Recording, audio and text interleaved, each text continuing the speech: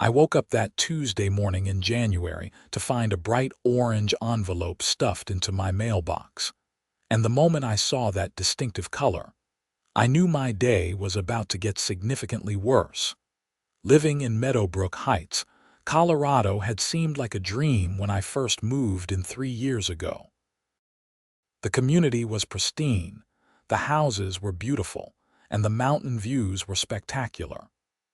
What I hadn't fully appreciated at the time was just how militant our homeowners association could be, particularly when it came to enforcing rules that seemed to materialize out of thin air.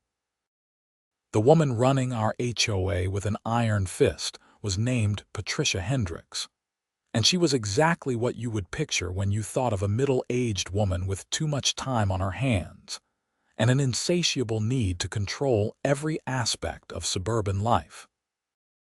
I ripped open the envelope while standing in my driveway, the morning cold biting at my fingers.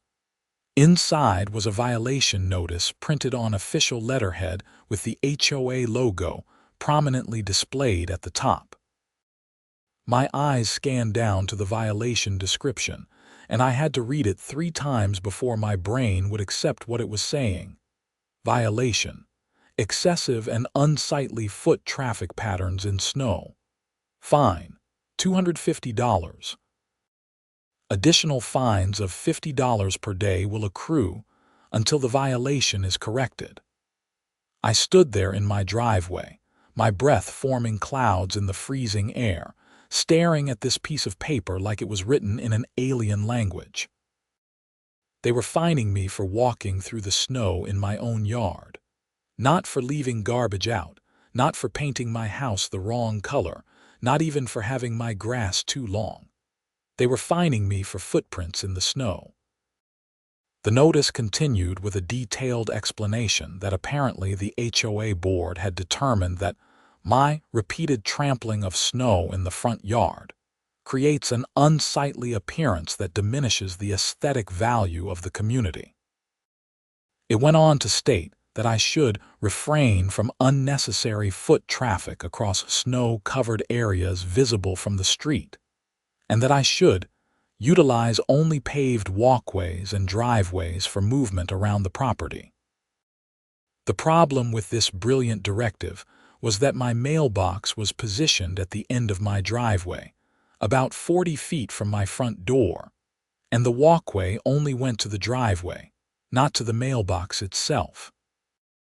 To get to my mail without leaving footprints in the snow, I would need to somehow levitate across my front yard or convince the Postal Service to relocate my mailbox, which was not something they typically did on a whim. I pulled out my phone and took several photos of the notice, then walked back to my house. As I did, I made very deliberate, very obvious footprints in the snow, placing each boot down with extra emphasis. If they wanted to find me for footprints, I was going to give them footprints. My name is Xavier Harper, and I work as a software engineer from home, which meant I had both the time and the technical skills to make Patricia's life interesting. I had dealt with her nonsense before. 6 months ago, she had cited me for having my trash cans visible from the street on a non-collection day, even though I had only rolled them out an hour early. Before that, she had sent me a warning about the color of my front doormat, claiming that the blue was not on the approved color list for outdoor decorative items. I had checked the actual HOA bylaws, and there was no such list. Patricia just made things up as she went along.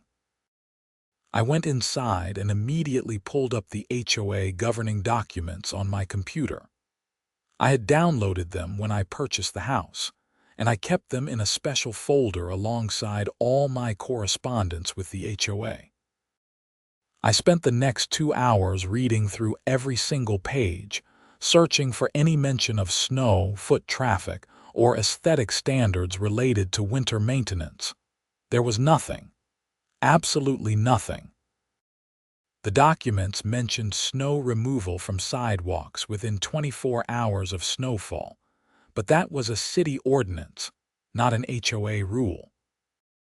There were provisions about lawn maintenance, exterior paint colors, fence heights, and satellite dish placement, but not a single word about how homeowners were allowed to walk through their own yards during winter.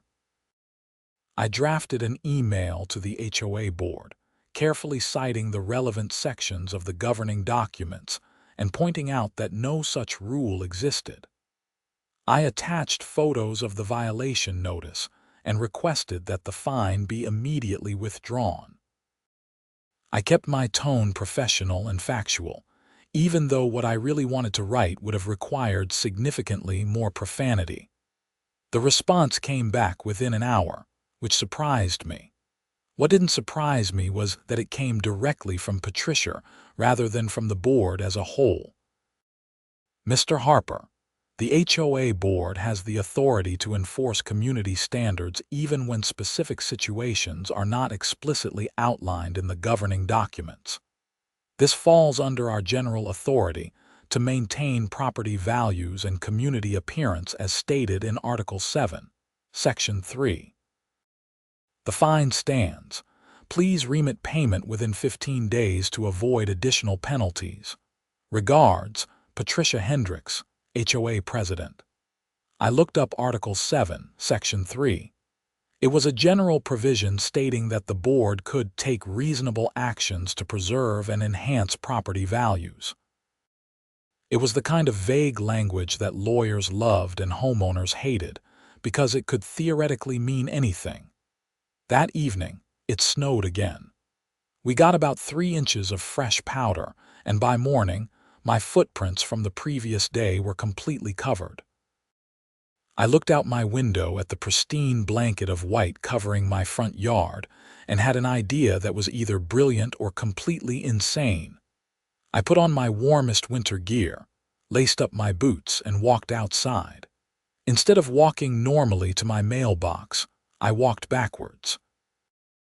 Each step was carefully placed, heel first, then toe, creating a reverse footprint pattern.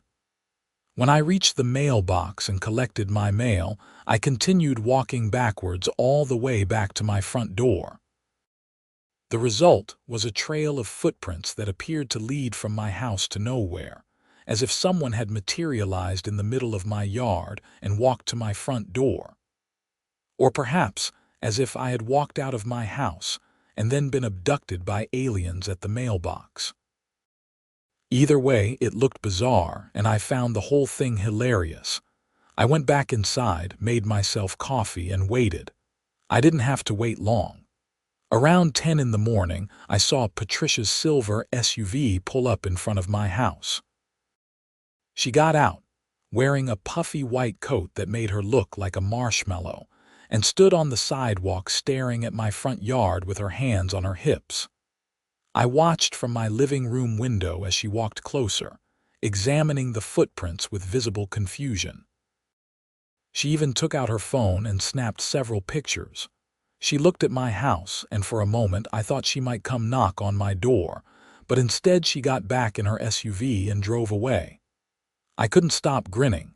It was petty, it was childish, and it was absolutely worth it. The next morning, I did it again. More snow had fallen overnight, so I created a fresh set of backwards footprints.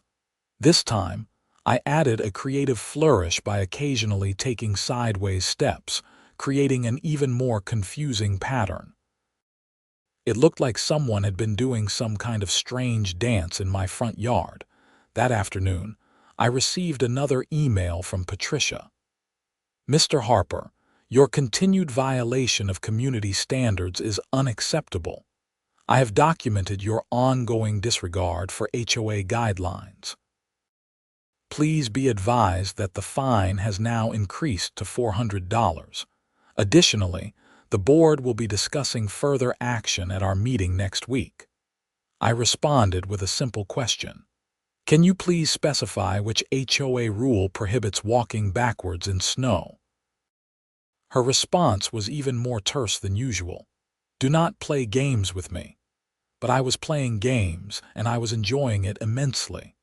Over the next week, I created increasingly elaborate patterns, One day I walked backwards in a spiral pattern. Another day I hopped on one foot, creating a trail of single prints. I recruited my neighbor, a guy named Tom who lived 2 houses down and had his own grievances with Patricia, to help me create 2 sets of backwards footprints that crossed and wove around each other in an intricate pattern.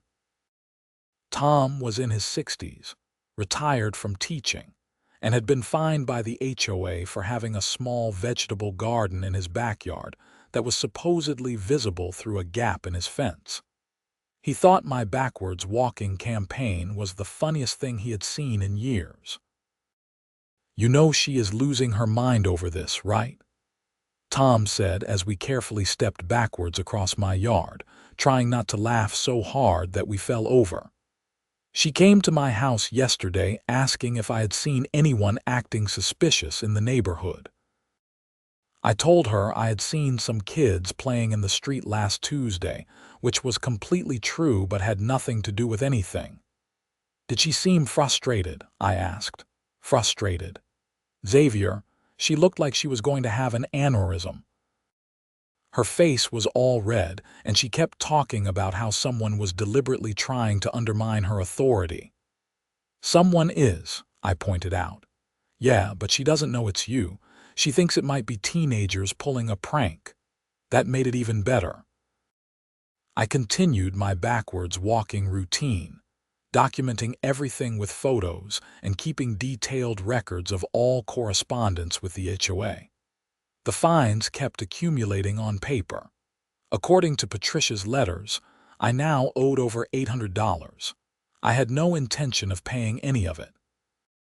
The HOA board meeting was scheduled for a Thursday evening at the community center, which was a small building near the entrance of our development.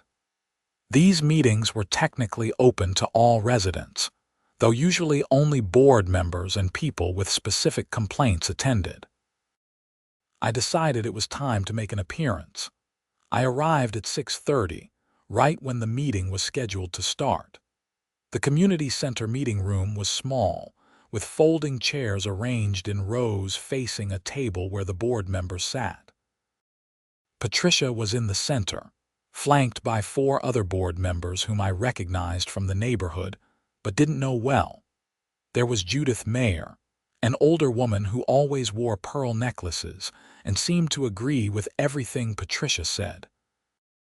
Next to her was Craig Donaldson, a middle-aged man in business casual attire who looked like he would rather be anywhere else.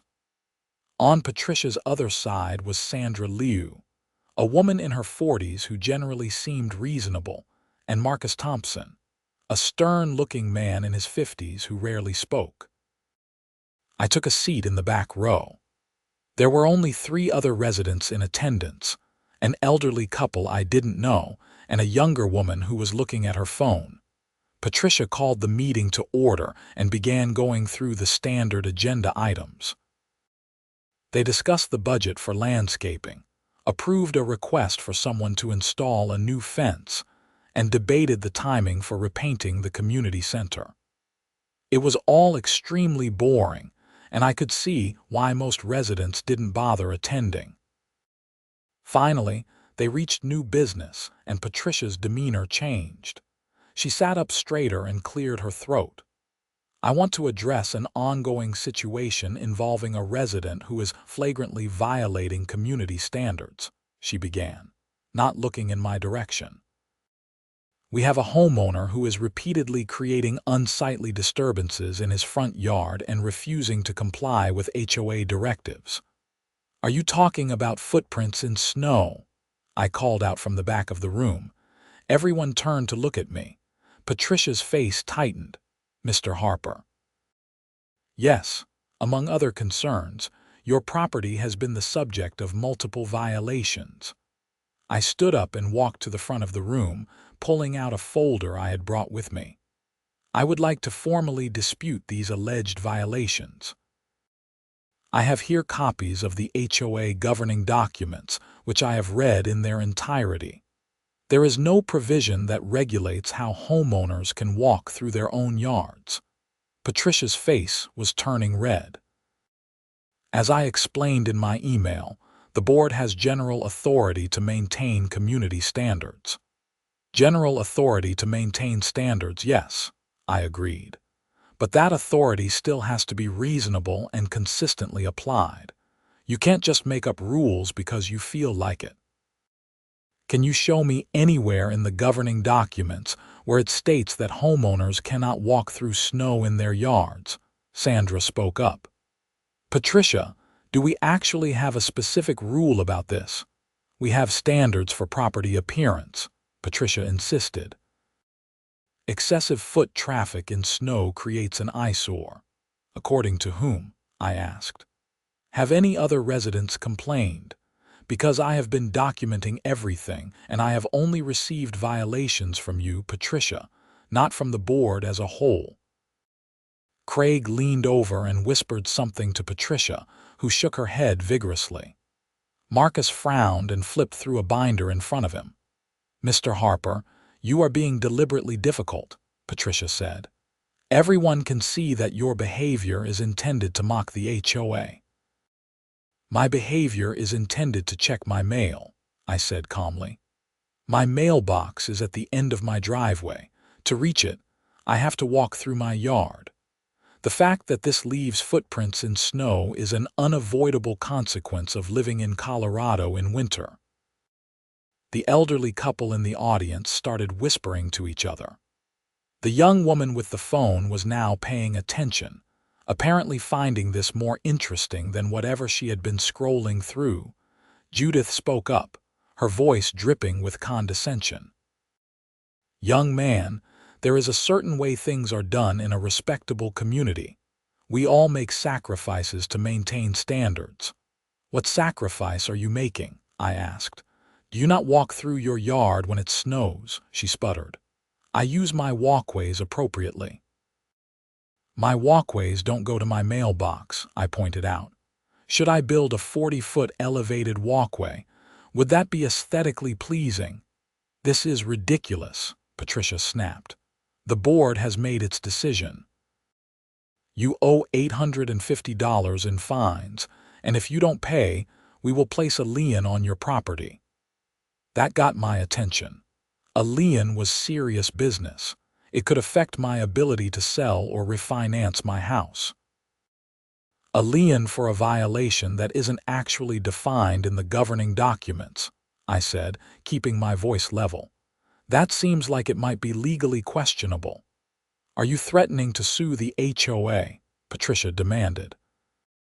I am suggesting that placing a lien on my property for walking through snow in my own yard might not hold up if challenged legally, I said.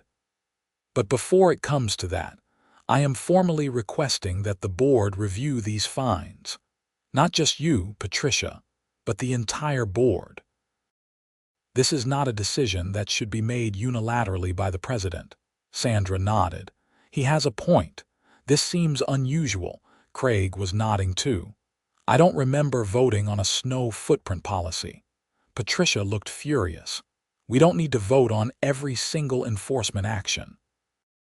The board gave me authority to manage violations. To manage violations of existing rules, Marcus said, speaking for the first time. His voice was deep and measured. Not to create new rules. I move that we table this issue and review the governing documents to determine if this violation is actually valid. I second that, Sandra said immediately. Patricia looked like she wanted to argue, but parliamentary procedure was against her.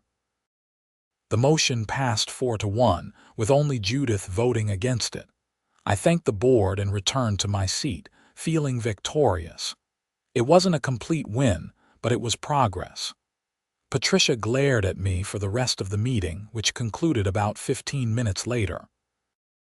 As I was leaving, Sandra caught up with me in the parking lot.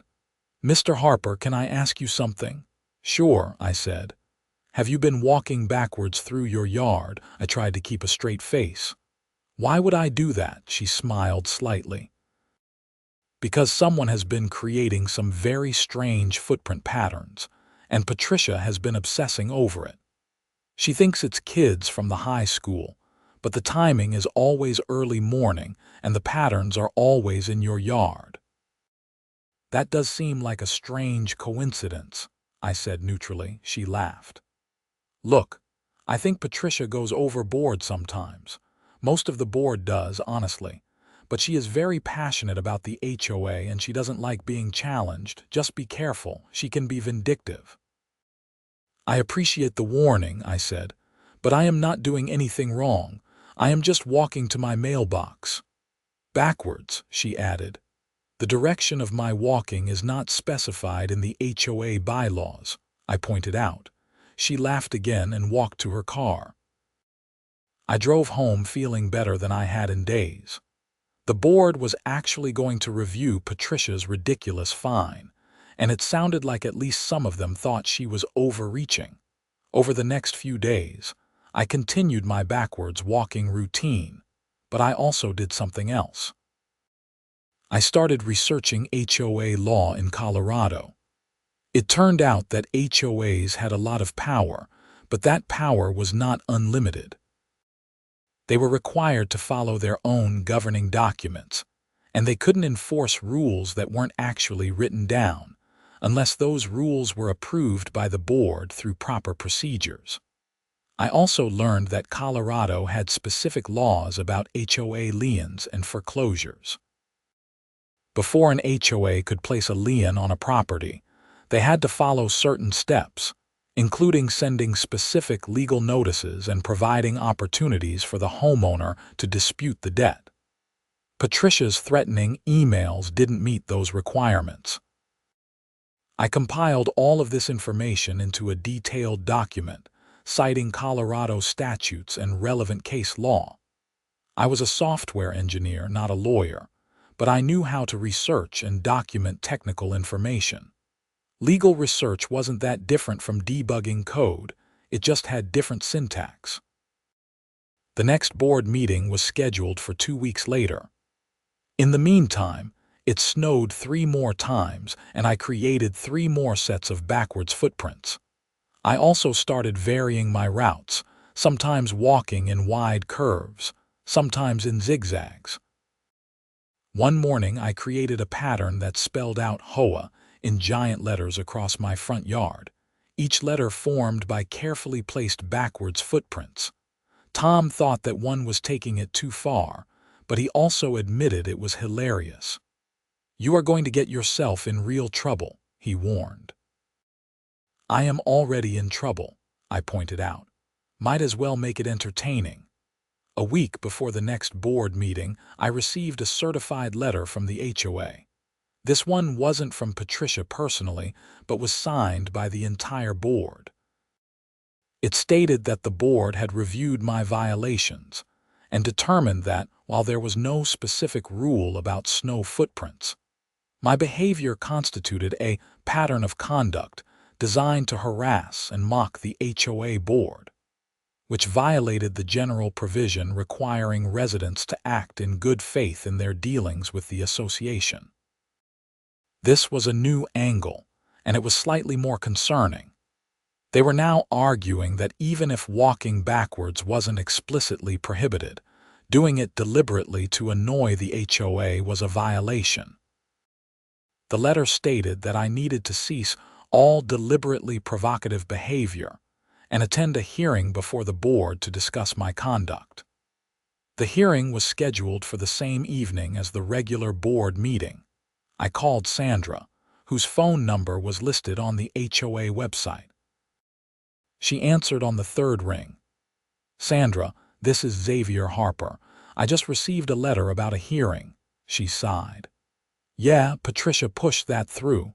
I tried to argue that we should just drop the whole thing, but she convinced Judith and Marcus that your behavior is disruptive." "Disruptive how? I am walking through my own yard, walking backwards specifically to create confusion and, in her words, to make the HOA look foolish." "Did you vote for this hearing?" I asked. "No," I abstained. "Craig voted against it, but 3 votes were enough." I thanked her for the information and hung up. This was escalating beyond what I had anticipated. I needed to decide whether to continue pushing back or to back down and just pay the fines to make it go away. The problem was, I didn't want to back down. Patricia was a bully, and bullies needed to be stood up to. If I let her get away with this, she would just do the same thing to someone else. Tom had mentioned that several other residents had similar stories of arbitrary fines and made-up rules. Patricia needed to be challenged. I spent the next several days preparing for the hearing. I put together a presentation with photos, copies of all correspondence, citations from the HOA governing documents, and references to Colorado HOA law. I also did something else.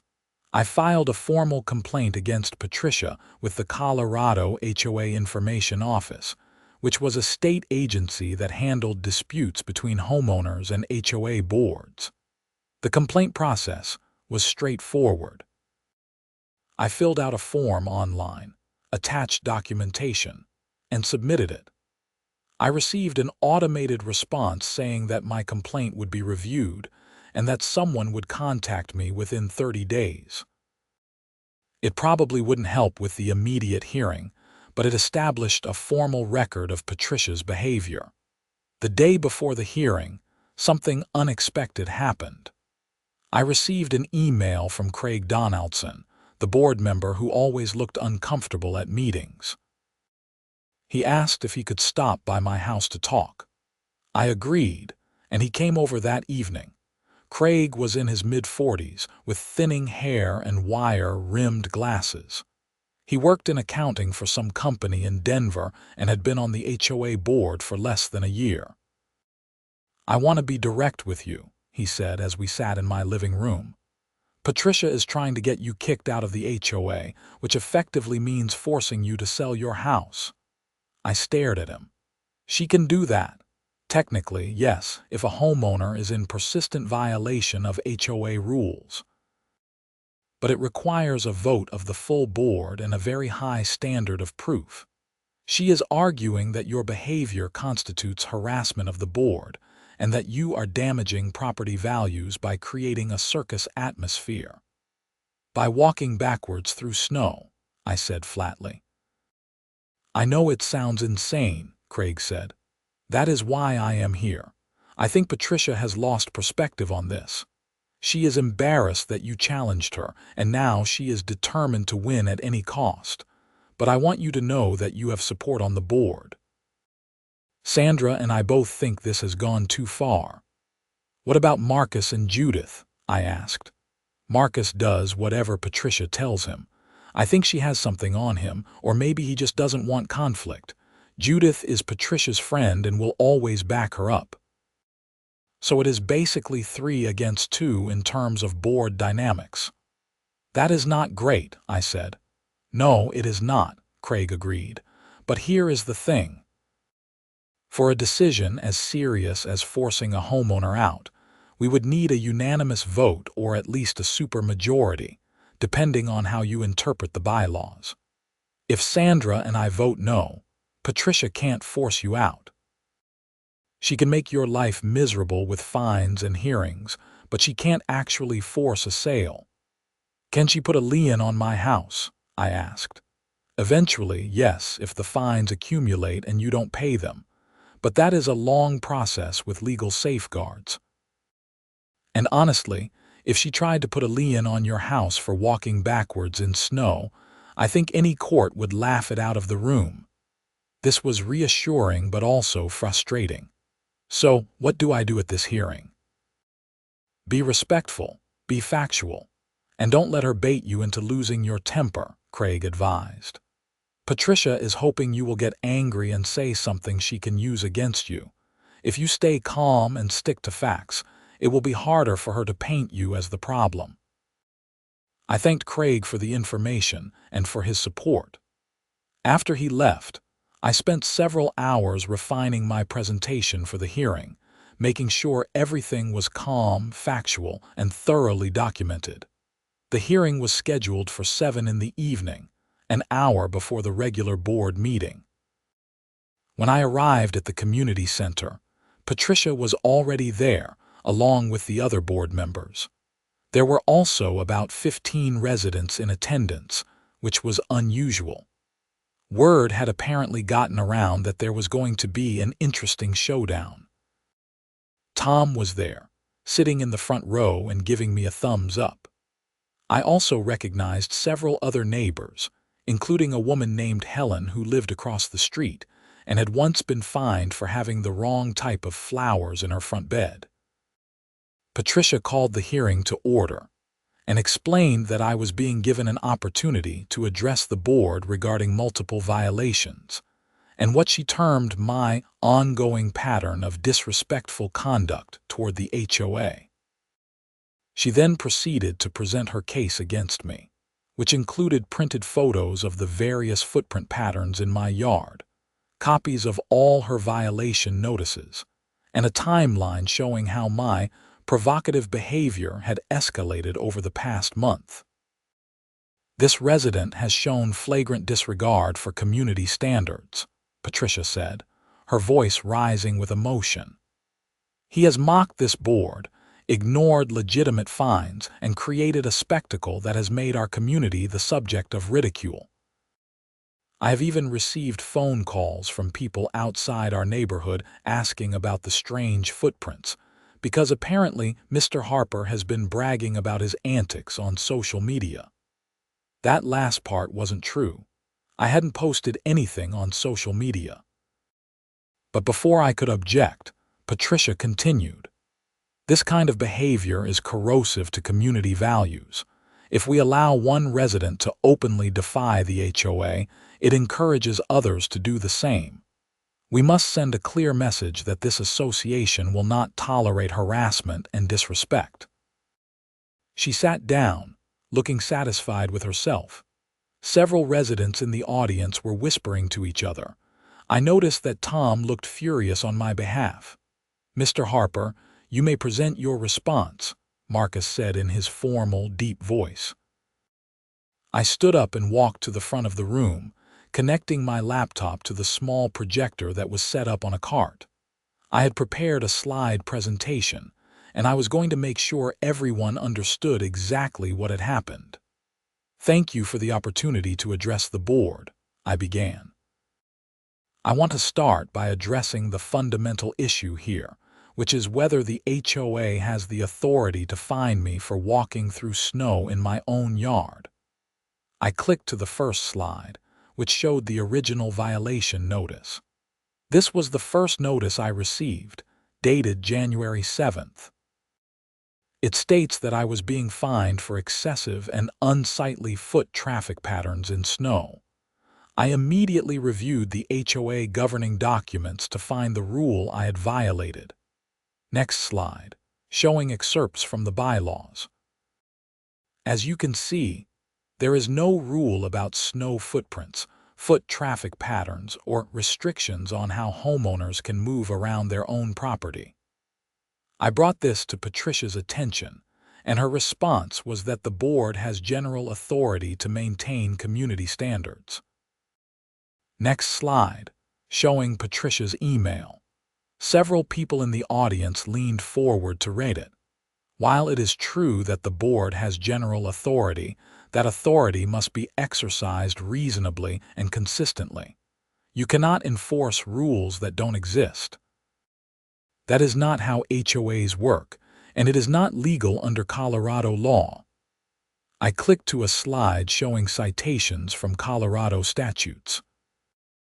Colorado Revised Statute 6-13.303 states that HOAs must follow their own governing documents and cannot enforce rules that are not properly adopted. To create a new rule, the board must vote on it, document it, and notify homeowners. Patricia was shaking her head vigorously. This is not about creating new rules. This is about common sense and community standards. If it is about common sense, then why am I the only homeowner being cited? I asked. Everyone walks through their yards when it snows. I have photos showing footprints in multiple yards throughout this community. Why is my walking specifically a violation? Silence. Patricia didn't have an answer for that. I clicked to the next slide, showing photos I had taken of other yards in the neighborhood, all with footprints in the snow. Here are 12 examples from our own community, taken within the past week. If footprints in snow are a violation, why haven't these homeowners been fined? Sandra was nodding. Craig was making notes. Marcus looked uncomfortable. Judith was whispering urgently to Patricia.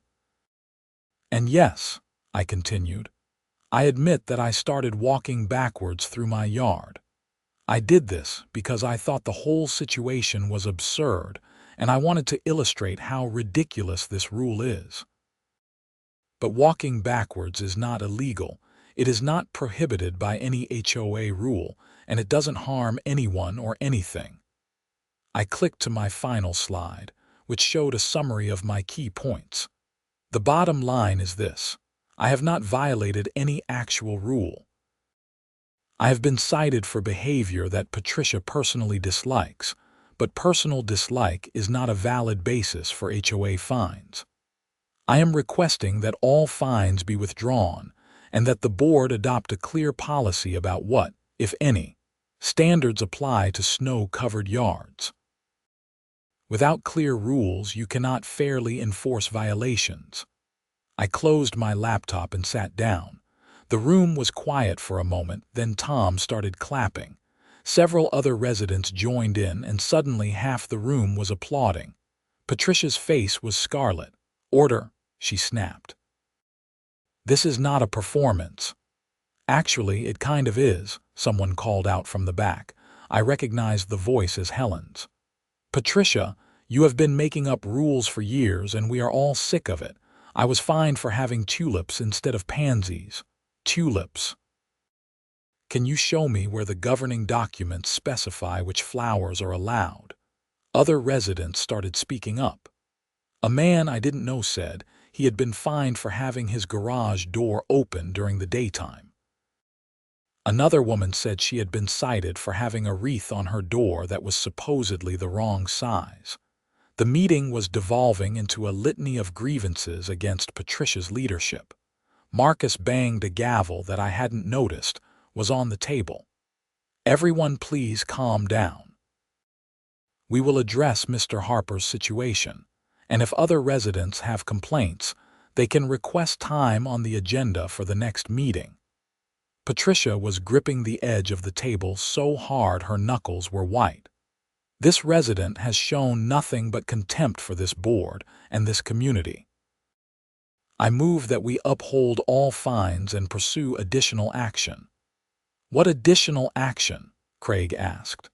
"I move that we begin proceedings to revoke Mr. Harper's right to reside in this community based on his pattern of harassment and violation of community standards." The room erupted. Multiple residents started shouting that Patricia couldn't do that.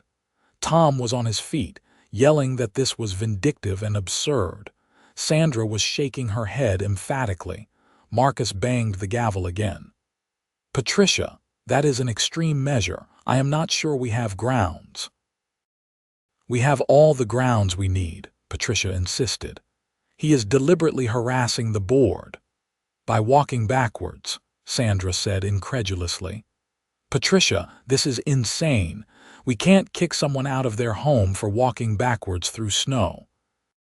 "It is not about the walking," Patricia shouted. "It is about respect. It is about maintaining order and standards." "It is about your ego," Craig said quietly, and the room went silent. Patricia turned to him slowly. "What did you say?" "I said it is about your ego," Craig repeated, louder this time. "Xavier is right. You made up a rule because you felt like it, and when he challenged you, you doubled down instead of admitting you were wrong. Now you want to kick him out of his home because he embarrassed you." "That is not leadership, Patricia. That is tyranny," Judith gasped. "How dare you speak to her that way?" "I dare because someone needs to," Craig said. "I have been on this board for 11 months, and in that time, I have watched Patricia fine, threaten, and bully residents over things that aren't even in our governing documents. The HOA is supposed to serve the community, not control it. Sandra stood up. I agree. I move that we dismiss all fines against Mr. Harper and issue a formal apology. I second that motion, Craig said immediately. Patricia looked apoplectic. You cannot do this. I am the president of this board. And we are the rest of the board, Sandra said. All in favor of dismissing the fines? Aye, said Sandra and Craig in unison. Opposed? Sandra asked. Opposed? Patricia and Judith said together. Marcus looked between them, clearly torn. Marcus, Sandra prompted. He sighed heavily. I abstain. Abstention is not an option on this vote, Craig said. You need to vote yes or no. Marcus looked miserable. Finally, he said quietly, I vote to dismiss the fines. The room erupted in applause again. Patricia stood up so quickly her chair fell backwards. This is outrageous. I will not be undermined like this. I am resigning from this board effective immediately. She grabbed her purse and stormed out of the community center, Judith hurrying after her. The remaining board members looked at each other in shock. Well, Sandra said after a moment, that was unexpected. The regular board meeting that followed was chaotic. With Patricia gone, Sandra took over as acting president. The first order of business was officially recording the vote to dismiss my fines and to issue a formal apology. The second order of business was discussing what to do about the sudden loss of 2 board members. According to the bylaws, the remaining board members could appoint interim replacements until the next election, which was scheduled for April. Sandra suggested that they wait a few weeks before making appointments, to let the dust settle and to solicit input from residents. Several residents volunteered on the spot to join the board, including Tom. The meeting finally adjourned around 10 in the evening, with everyone exhausted but most people seeming relieved that Patricia's reign of terror had ended. Tom and I walked out to the parking lot together. You realize you just caused a revolution, right? He said. I just wanted to walk to my mailbox without being fined, I pointed out. By walking backwards through the snow, he said, grinning. The direction of my walking remains my own business, I said with mock solemnity. Over the next few days, the neighborhood was buzzing with gossip about what had happened. I received several emails and phone calls from residents thanking me for standing up to Patricia. Helen brought me homemade cookies. Another neighbor offered to pay my legal fees if Patricia tried to sue me, though that seemed unlikely now. I also received an email from Sandra asking if I would be willing to serve on a committee to review and update the HOA governing documents. Apparently, the old documents were full of vague language that had allowed Patricia to interpret rules however she wanted. They wanted to rewrite them to be more specific and to include clearer procedures for how the board could adopt new policies. I agreed, and over the next several weeks, I found myself spending evenings at the community center with Sandra, Craig, Tom, and several other residents, going through the bylaws line by line. It was tedious work, but it was also satisfying. We clarified rules, removed outdated provisions, and added safeguards against the kind of arbitrary enforcement that Patricia had favored. One of the new provisions we added specifically stated that the HOA could not fine residents for normal use of their own property, including walking through their yards regardless of weather conditions. We called it the Snow Footprint Clause, and everyone thought it was hilarious. In early March, I received a follow-up from the Colorado HOA Information Office regarding my complaint against Patricia. They informed me that they had reviewed the case and found that the HOA had violated several provisions of Colorado HOA law, including failing to follow proper procedures for enforcement actions, and attempting to fine me for conduct not prohibited by the governing documents. They issued a formal censure of the HOA and required the board to attend training on proper HOA governance. Sandra and Craig attended the training and came back with renewed commitment to running the HOA properly. Marcus quietly resigned from the board, apparently embarrassed by his role in enabling Patricia. New board members were appointed, including Tom and Helen, and the whole dynamic shifted from adversarial to cooperative. The April election saw a complete slate of new board members elected, with Sandra keeping her seat and Craig choosing to step down to focus on his work. The new board was younger, more diverse, and significantly more reasonable than the old one. As for Patricia, I heard through the neighborhood grapevine that she had moved out of Meadowbrook Heights entirely. Apparently, she couldn't stand the humiliation of being ousted from the board and having her authority challenged so publicly. Her house went up for sale in late March and sold within 2 weeks. Judith moved away too, though I never learned why. Perhaps she just didn't want to live in a community where her friend had been so thoroughly defeated. By the time spring arrived and the snow melted, the whole saga felt like a strange dream. I could walk normally to my mailbox again without leaving footprints in snow, and more importantly, without fear of being fined for it. Tom and I remained friends, and we often joked about the backwards footprints. He suggested that I should walk backwards through my yard every time it snowed, just as a tribute to my victory, but I declined. I had made my point and I had won. There was no need to rub it in. The new HOA board was functioning well, focusing on actual community needs like maintaining common areas, organizing neighborhood events, and addressing legitimate concerns about property maintenance. They weren't perfect, but they were a massive improvement over Patricia's dictatorial style. I continued working from home, occasionally glancing out my window at my front yard. When it snowed, which happened several more times before winter finally released its grip on Colorado, I walked normally to my mailbox. Sometimes I walked backwards just for fun, but usually I didn't bother. The whole experience taught me several valuable lessons. First, HOAs can be powerful, but their power is not unlimited and can be challenged when they overreach. Second, standing up to bullies is worth it, even when it seems easier to just give in and pay the fine. Third, communities are stronger when residents work together rather than being intimidated by authoritarian board members. It also taught me that sometimes the best response to an absurd situation is an equally absurd response. Walking backwards through snow was silly, but it perfectly illustrated how ridiculous Patricia's rule was. It made people laugh, it got them talking, and it ultimately led to real change in how our HOA operated.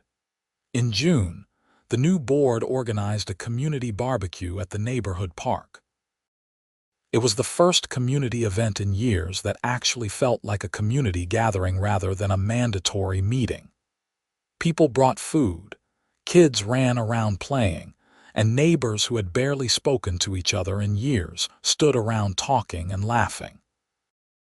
Tom and I were standing near the grill, drinking beer and watching the crowd when Helen walked over with a huge smile on her face. "Xavier, I have to tell you something," she said.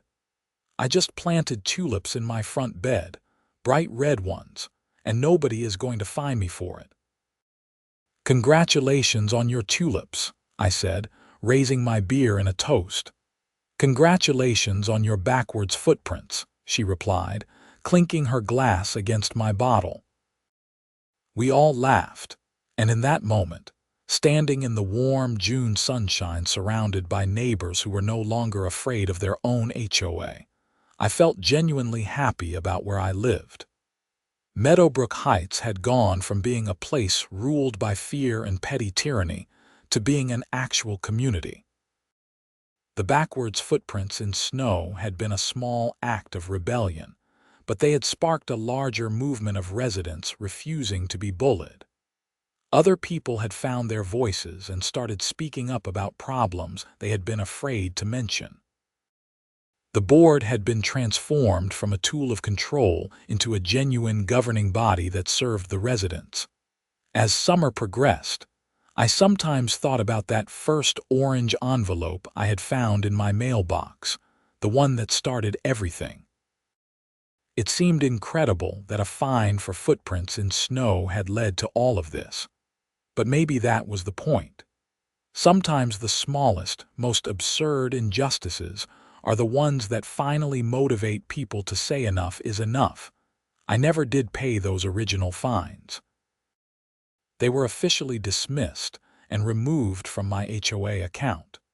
I kept copies of all the violation notices in a folder on my computer, not because I needed them for any legal purpose, but because they made me smile.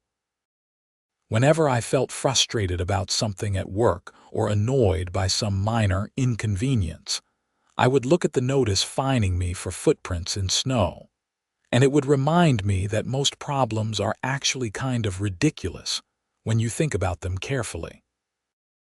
The updated HOA governing documents were officially adopted in July, and every resident received a copy. They were clear, specific, and reasonable. The enforcement procedures were spelled out in detail, with multiple safeguards to prevent arbitrary fines. There was even a provision allowing residents to appeal fines to a neutral arbitrator if they felt they had been treated unfairly. Sandra, who had been elected as the new president in the April election, told me that several other HOAs in the area had requested copies of our updated bylaws to use as templates for their own communities. Apparently, word had spread about what happened in Meadowbrook Heights, and other residents were inspired to demand similar reforms in their own neighborhoods. "You started something bigger than you realize," Sandra told me at a board meeting where I was presenting the final report from the bylaws committee. "People are talking about HOA reform all over Colorado because of what happened here."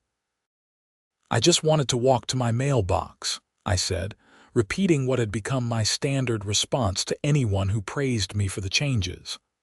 "By walking backwards," Sandra added with a grin. "The direction of my walking remains my own business," I replied, and we both laughed. By the end of summer, life in Meadowbrook Heights had settled into a comfortable rhythm. The HOA still existed and still had rules, but they were reasonable rules that people generally agreed with. The board still enforced violations, but they were real violations like people leaving trash bins out for days or failing to maintain their properties in obvious ways. Nobody was getting fined for footprints in snow, or having the wrong flowers, or any of the other petty things that Patricia had obsessed over. The community felt lighter, friendlier, and more like a place where people actually wanted to live rather than a place where they felt constantly monitored and judged. In October, the first snow of the new season fell. It was just a dusting, barely an inch, but it was enough to cover the ground in white. I looked out my window that morning and smiled. Then I put on my boots, walked outside, and made a very deliberate path of backwards footprints from my front door to my mailbox. When I reached the mailbox and opened it, I found the usual assortment of bills and junk mail, but no orange envelopes. I stood there for a moment, looking at my backwards footprints in the fresh snow, remembering everything that had happened. Tom came out of his house and saw what I was doing. He started laughing and yelled across the yards. "Still at it, huh? Just maintaining tradition," I called back. He gave me a thumbs up and went back inside. I walked backwards to my front door, careful to step in my original prints so the pattern stayed clean. Once inside, I made coffee and sat down at my computer to start my workday. Through my window, I could see my backwards footprints leading from nowhere to my front door. a reminder of a bizarre winter battle that I had somehow won. They would melt in a few hours when the sun came out, but that was okay. The victory they represented wasn't going anywhere. Later that day, I received an email from the HOA. For a split second, my heart rate jumped, old anxiety from the Patricia era resurfacing. Then I opened it and saw it was just a reminder about the upcoming Halloween decoration contest, and a notice that the community center would be closed for maintenance next Tuesday. Normal HOA business. Reasonable HOA business. The kind of thing that HOAs were supposed to do. I deleted the email and went back to work, glancing occasionally at my front yard where my backwards footprints were slowly fading in the autumn sun. By evening, they would be gone completely, melted away as if they had never existed. But I would remember them, and so would everyone else in Meadowbrook Heights who had been part of that strange, frustrating, ultimately triumphant winter when a ridiculous fine for footprints in snow had sparked a community revolution. And if it ever snowed again and someone from the HOA tried to fine me for how I walked through my own yard, well, I knew exactly what I would do. I would walk backwards, forwards, sideways, or in whatever direction I pleased, because that was my right as a homeowner and as a person. But I didn't think that would happen. The days of arbitrary rules and petty tyranny were over in Meadowbrook Heights. We had a real community now, one based on mutual respect and reasonable governance rather than fear and control. All because I had refused to accept a fine for footprints in snow and had decided to respond with the most absurd protest I could think of: walking backwards. Sometimes the best way to fight absurdity is with more absurdity. Sometimes the best way to challenge authority is to expose how ridiculous that authority has become. And sometimes the smallest acts of rebellion can lead to the biggest changes. I learned all of that from footprints in snow, and I would never forget it.